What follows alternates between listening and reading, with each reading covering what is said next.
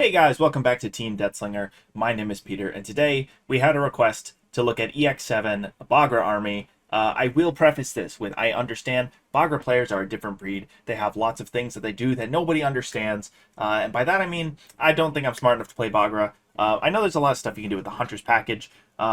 We're doing some of that. We're not running the Arrestor Dramons. I know some people like to go up into the level 6s, play the Blastmons, the Lilithmons, play full stacks in Bagra army. What we are going to be doing today is I like this version of Bagra that stays lower to the ground, swings a lot of checks with level 3s, level 4s. We're going to use the BT16 MadLeo to get our on-deletion end of attack trigger to play out more level 4s, try and keep pressure down, and then use EX7 Shoto in order to get blockers and try and stop ourselves from dying. So, without further ado, for our eggs, we have one copy of the BT12 Monimon. On deletion, if you have save in this text, you get to draw one. This is just a generic draw egg for Bagra Army, basically, or I guess any purple save Digimon, but it's going to draw us cards, and then Damemon on deletion, trigger draw one, then trash one, because we do want to be able to tuck some sources under our level 5 cross hearts. Being able to tuck the MadLeomon from trash is really good. Seeing level 4s in trash does become really important because we are trying to use the MadLeo inheritable to play out level 4s at the end of attack. So this egg is just going to ensure that we get to draw pieces and put level 4s in trash to play back with the MadLeo. For our level 3s, we are on 3 copies of BT10 Soundbirdmon. When attacking, by placing one purple Digimon card from your hand under one of your tamers, draw one. On deletion, save. This card is really great when our whole theme is to get checks in early, not necessarily build stacks. If we have Yuu Amano on board when we swing with this, we are going to attack. We are going to tuck a card underneath Yuu Amano. Yuu Amano will trigger. We will gain 1 memory, draw 1 card. This will then draw us 1 card, so we are now drawing 2 cards, gaining a memory. This is more than likely dying on the check, so Damemon will then trigger. We're going to draw another card, discard a card, and now we've drawn 3 cards, gained a memory. This is going to get saved under Yuu Amano. It's just a great rookie for this aggro strategy. 3 copies of ChuuChuumon from BT10. We draw a lot of cards in this deck. I don't feel like it's a necessary 4 of. It also feels bad to play with the on play because it does cost 4. But granted, it is a valid target with the MadLeomon end of attack trigger. But on play, reveal top 4 cards of your deck. Add 1 Digimon card with Bagra Army in its traits and 1 Yuu Amano among them to your hand. Place the rest at the bottom of your deck in any order. On deletion, save. So we are looking to tuck this under our Yuu if we can. And the inheritable is the same as the Soundbirdmon. When an effect trashes this Digivolution card, gain 1 memory during your opponent's turn. That can come up with our Bagramons. Next, we're running 3 copies of BT12 Gumdramon. On play, by placing 1 Digimon card with save in its text from your hand under one of your tamers, draw 1. On deletion, save, and you can Digicross this with any 1 Digimon with save in its text to reduce the cost by 2. In the best case scenario, if you have you on board, this is 2 memory to play a Digimon that will then draw you a card, let you tuck a card under Yuu Amano to let you draw another card, gain a memory, and then you are rolling from there. You've effectively paid 1 memory to draw 2 cards. It's kind of hard to complain about this card. And then when attacking once per turn, if this Digimon has save in its text, you get to draw 1 card. So this is also going to be a great draw engine for us to draw cards when we attack. For our last rookie in the deck, I'm running 4 copies of BT16 Ukkomon.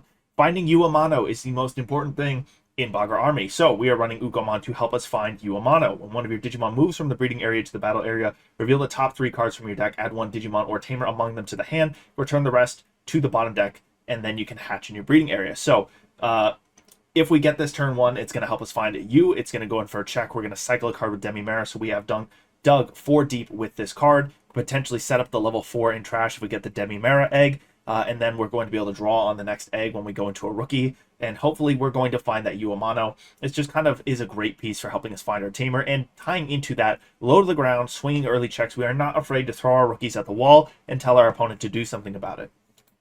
For our level 4s, we are going to have quite some ratios. Let me tell you, 2 copies of BT14 Damemon. This has Retaliate, on deletion, save, and a blocker inheritable. All of these are great things. The save is going to help us draw cards and gain memory with Yuu Amano. The Retaliate is just good. If we can swing this into a suspended body, it's doing great. We also have the EX7 Shotos in this deck, so this becomes a Retaliate blocker when he is on board. And the blocker inheritable can come up when this gets tucked under other sources when we pull it out from under Yuu Amano. 3 copies of the BT10 Damemon on play and when digivolving. If you don't have a Yuu Amano in play, you can play 1 from your hand without paying its cost. Great piece for getting the free value of playing Yuu without obviously paying for it. On deletion, save, and then inheritable says when an effect trashes this Digivolution card, gain 1 memory. We really like Damemon because we are running the Tuwarmon over there, so we want to have Dames to digivolve on top of with Tuwarmon. 4 copies of MadLeomon Armed Mode. Opponent's turn, when an effect adds cards to your opponent's hand by trashing one of this Digimon's Digivolution cards, draw 2.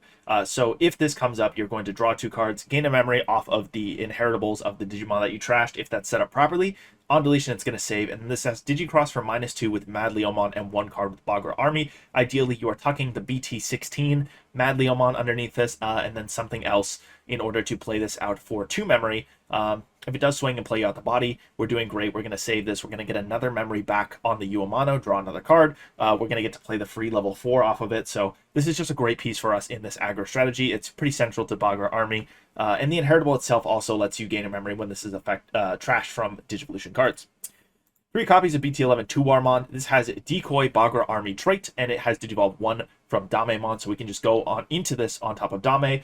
Works great with the BT14 Damemon, because then we can give this blocker and decoy, and this becomes a really central piece in protecting some of these cross-heart bodies, or not cross-heart, but Digicross bodies that we're just playing out that can't swing the turn we play them. All turns, all of your Yuu Amano can't be deleted. There is a good bit more Tamer hate going around these days, so this is a great effect to have. And then on deletion, you can play a Damemon from your trash suspended without paying the cost. This just floats bodies. That's part of the reason I like it a lot. I don't see people run too many copies of this card when I do see Bagra Army deck profiles, but I really feel like if we're going low to the ground, we're being aggressive, we're trying to swing in and get these checks, then something that floats a body that if the opponent doesn't deal with, just nets us another check, I think is really good. So I like the 3 copies of Tuwar. It's been working pretty well for me. And the inheritable says when an effect trashes this Digivolution card, we gain a memory. So in line with the other Bagra Army inheritables. Next, we're going 3 copies of the Skull-Knightmon promo. On deletion, you can play a Tamer with Amano in its name, so Yuu Amano, from your hand to trash without paying the cost, then save, and the inheritable says while this Digimon has the Bagra Army or Twilight trait and is a level 5 or higher, this Digimon gains security attack +1. Really, really, really good inheritable. Sec +1 is going to let us be even more aggressive if we are swinging those low to the ground checks, and we do make it to a level 5 like the MusouKnightmon that we can play for really cheap if these materials are stored under our Yuu Amano. We're going to be able to do some big damage with that MusouKnightmon and kind of put our opponent in a really not great situation. 4 copies of BT16 MadLeo. We've been talking about it a lot. When attacking, this Digimon may Digivolve into a Digimon with Leomon in its name in the hand or trash. And then end of attack, by deleting this Digimon, you can play a level 4 or lower Digimon card from your trash without paying the cost. So we have lots and lots of targets here that we can play out with the MadLeomon. My favorite of them so far seems to be playing out the Dame with this effect. Going into the Tuwar, now you have a decoy blocker off of the MadLeomon swinging and dying. Obviously, you can do whatever suits your needs. You do have the ChuuChuumon that can search you for pieces. You have the Gumdramon that can draw you lots of cards. The Dame can play you a Yuu if you don't have it in play, but this just enables us to do a lot of things and get a lot of value and continue to be aggressive as we swing these bodies and they die. 2 copies of the MusouKnightmon. We are really not digivolving into this. We are trying to digicross into it. This card is treated as DarkKnightmon and Tuwarmon. On play and when digivolving, you can place 1 Digimon with Knightmon in its name or Bagra Army and its traits from your hand or trash under this Digimon as its top Digivolution card. Then if Tuwarmon is in its Digivolution cards, D-Digi-1 on 3 of your opponent's Digimon. That is a fantastic effect. We do like D-Digivolve. It's really hard to deal with. And then on deletion, we get to return 2 black or purple Digimon cards from trash to hand. It's basically just, if this dies, you get pieces back. There's nothing to complain about there. And this Digicrosses with DarkKnightmon and Tuwarmon, so you can reduce the cost by 4. Yuu Amano's effect will also let you further reduce cost by pulling materials out from underneath him. So we can actually play this for cheaper than 6, and that's when this card really shines. Being able to set up a level 5 for cheap, D-Digi your opponent's board, and you've set up a body that is potentially swinging for 2 checks or floating into another level 4. It's just good. It is deck space is tight though, and I don't like seeing it all of the time when you're not properly set up. This is just an expensive body that sits in your hand. That's why we're only on 2 copies. We are on 1 copy of DarkKnightmon X-antibody. This digivolves from 4 from DarkKnightmon, which MusouKnightmon is a DarkKnightmon. Otherwise, it is 5 on a level 5 purple Digimon, which we really only have MusouKnightmon anyway, so it's going to cost 4 to evo. When digivolving, you're going to return a black or purple Digimon card other than DarkKnightmon X-antibody from trashed hands, so this is going to grab us a piece back. Then, if DarkKnightmon or X-antibody is in this Digimon's Digivolution cards, delete a Tamer and unsuspend this Digimon. What I like about this is if you do get to swing your 2 checks with MusouKnightmon and you digivolve into this, you're going to get some Tamer hate on board, and then this is going to unsuspend and be sitting as a blocker on the board with our Shotos, or if you have the Damemon inheritable that gives you blocker. On deletion, this also lets you play a DarkKnightmon from your trash without paying its cost. So you can play the MusouKnightmon, Digicross it with materials in your hand or on the board, and then tuck whatever piece you're missing, whether it's the MadLeo or the SkullKnightmon, from trash, and you suddenly float into a really annoying body that your opponent has to deal with again. And the MusouKnightmon can also return bodies on deletion. So you just kind of get into this really annoying cycle where the opponent's trying to get rid of your pieces and you're just bringing them back. Then we have 3 copies of Bagramon from BT11 on play and when digivolving. If your opponent has 1 or fewer Digimon in play, look at your opponent's hand and trash 1 card in it. If your opponent has 2 or more Digimon in play, place one of your opponent's Digimon under one of your opponent's other Digimon as its bottom Digivolution card. That's a really tricky inheritable to get around. Or sorry, not inheritable. It's a really tricky removal effect to get around. Lots of Digimon have protection effects, and this is one that most can't really get around. All turns, once per turn, when an opponent's Digimon digivolves or an effect places Digivolution cards under an opponent's Digimon, by trashing 1 card in your sources, trash the top card of your opponent's security stack. So if this does put something under one of your opponent's sources, you're going to get to strip your own source and then trash one of their security. Great effect. Like I said, with Yuu Amano, we're going to be able to lower the cost of this cost to play. So if we do have to shell out for it, we can play it for not 14 memory. And then we can evo into this for 5 on top of MusouKnightmon. It is really easy to get MusouKnightmon on board as soon as we're built. So the goal would be to plop down this MusouKnightmon and then either digivolve him into DarkKnightmon or Bagramon, depending on what we need. And now we are a problem. 2 copies of the DarknessBagramon on play and when digivolving. Delete one of your opponent's Digimon, then you place up to 5 Digimon with Bagra Army trait from your trash as Digivolution cards of this Digimon. And then opponent's turn, when an opponent's Digimon digivolves or attacks by trashing 5 cards in your this Digimon sources, return all Tamers to their opponent's hand. Tamer hate is just good in this meta, and being able to pop a body is also great. Digicross -3 with DarkKnightmon and Bagramon. We do have 2 targets for this, so this becomes a 10 cost. Yuu Amano then gets to reduce it by a further 6 if we're fully loaded.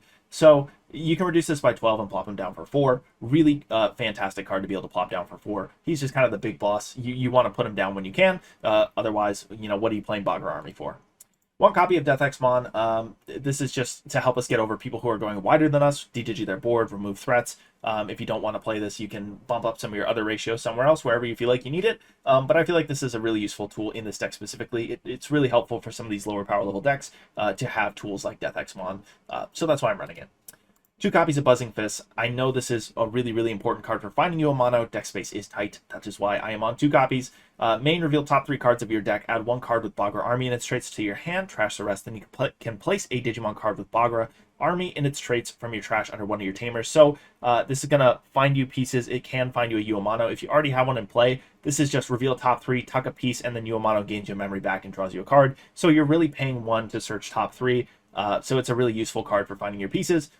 2 copies has been okay so far. I feel like I don't see it when I don't want it, which is really nice. And I do see it often enough that I feel like it's still there in the deck.